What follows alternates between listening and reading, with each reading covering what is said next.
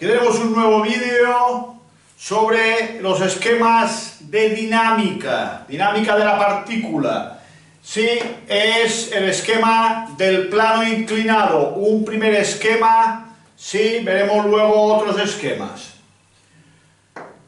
Si nosotros sobre un plano inclinado alfa grados situamos un cuerpo, fijaros, siempre estas fuerzas van a intervenir en cualquier plano inclinado. Es la descomposición del peso.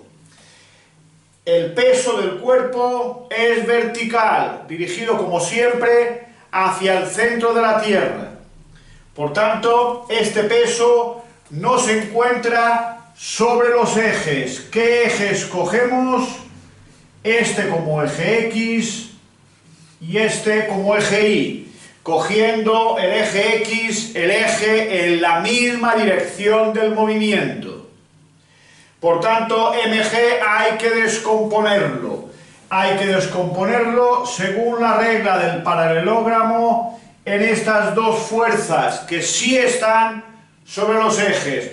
Cuidado que si esto es alfa, por trigonometría elemental, este es alfa. No este de aquí, este de aquí. Pues este ángulo y este ángulo tienen los lados perpendiculares, son iguales. Por tanto, este vector de aquí es el opuesto al ángulo, de ahí que venga con el seno. Mientras que este vector, que es igual que esta longitud de aquí, es el contiguo, de ahí, por trigonometría elemental, que sea mg por el coseno de alfa.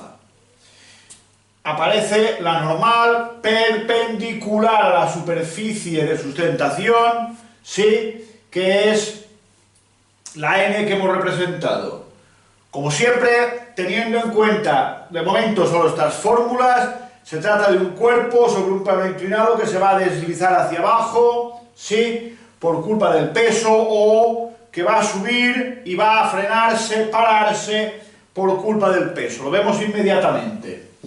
La suma de fuerzas verticales es masa por aceleración, segunda ley de Newton, que, como ya he dicho en otros vídeos, a mí me gusta aplicarla no de forma vectorial, sino aplicando fuerzas favorables, consideradas positivas, menos fuerzas contrarias, consideradas negativas, igual a masa por aceleración.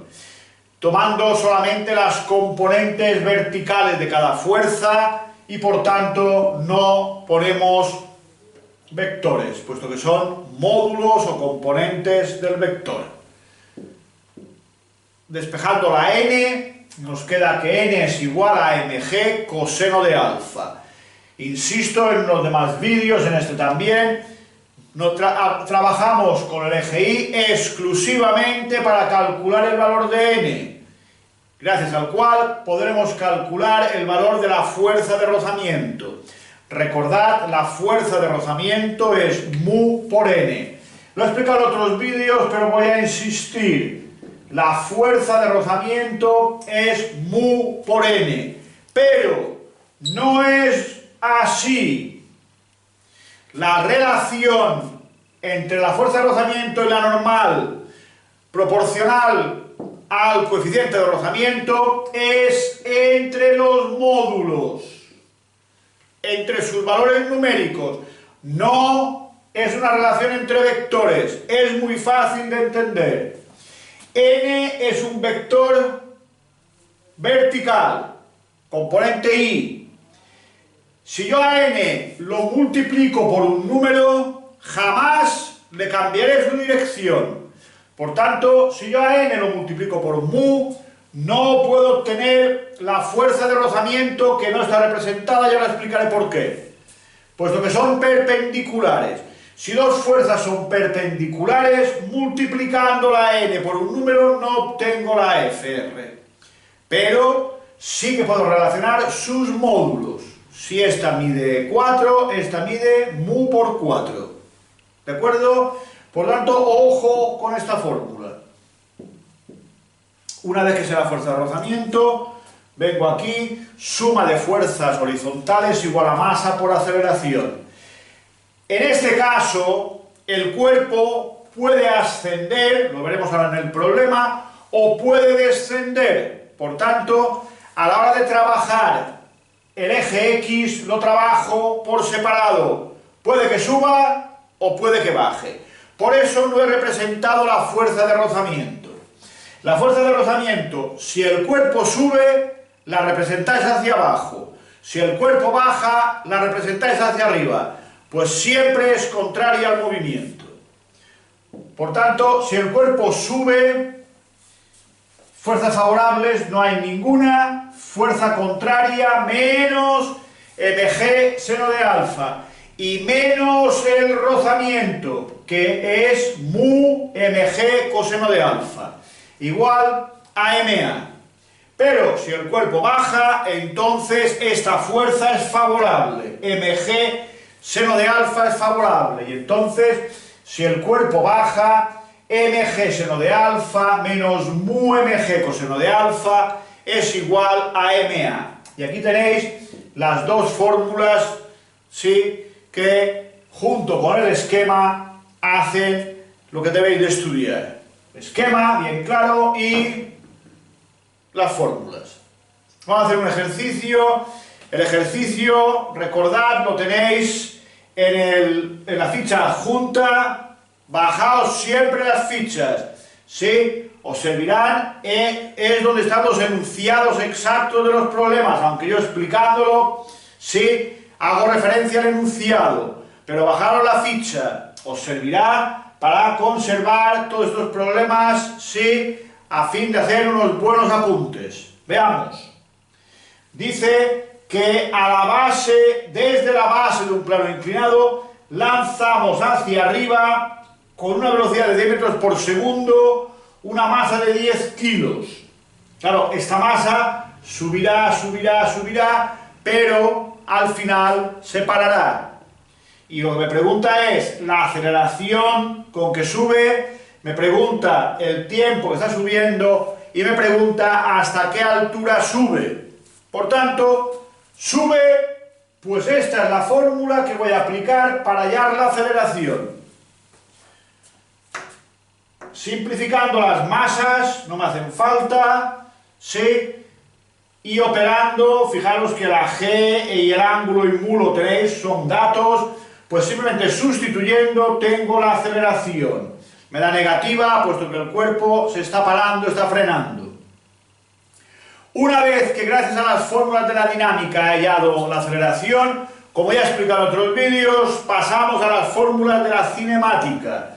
Porque ahora quiero hallar el tiempo, ¿sí? Por tanto, v igual a v sub 0 más at, cuidado, velocidad inicial es 10, la final es 0, puesto que se tiene que detener, y la aceleración es menos 6,6, hallada en el apartado A. Sustituyendo y operando, tenemos un tiempo de 1,52 segundos. Probad de hacerlo, puesto que los procesos matemáticos en los problemas de física son fundamentales.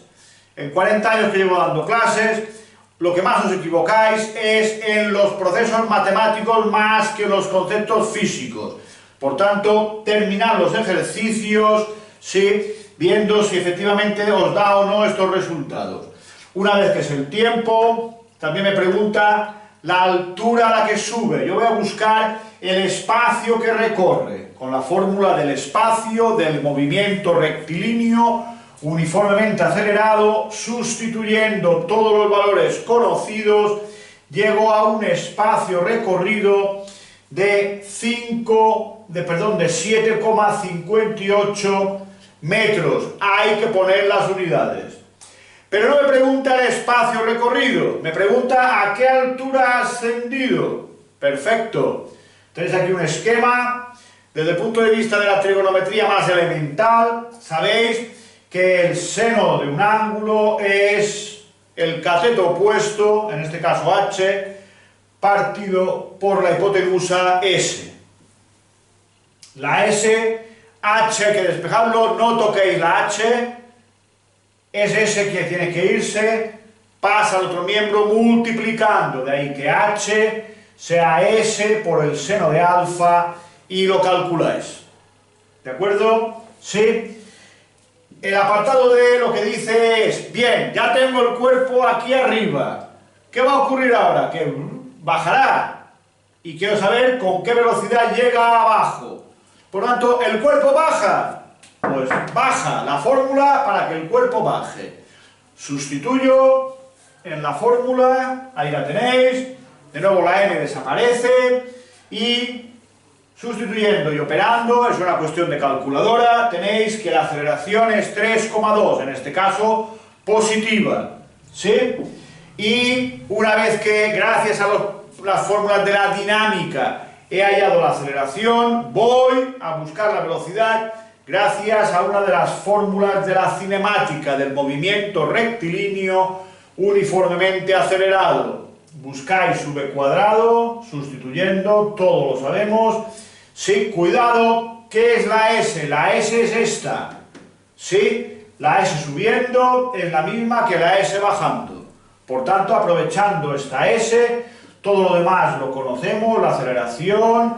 La velocidad inicial en este caso de la bajada es 0, no es 10 como antes, porque ahora está arriba y cae, empieza desde 0, sustituyendo convenientemente y cuidado haciendo la raíz cuadrada, tiene que salir que la velocidad es 6,97 metros por segundo.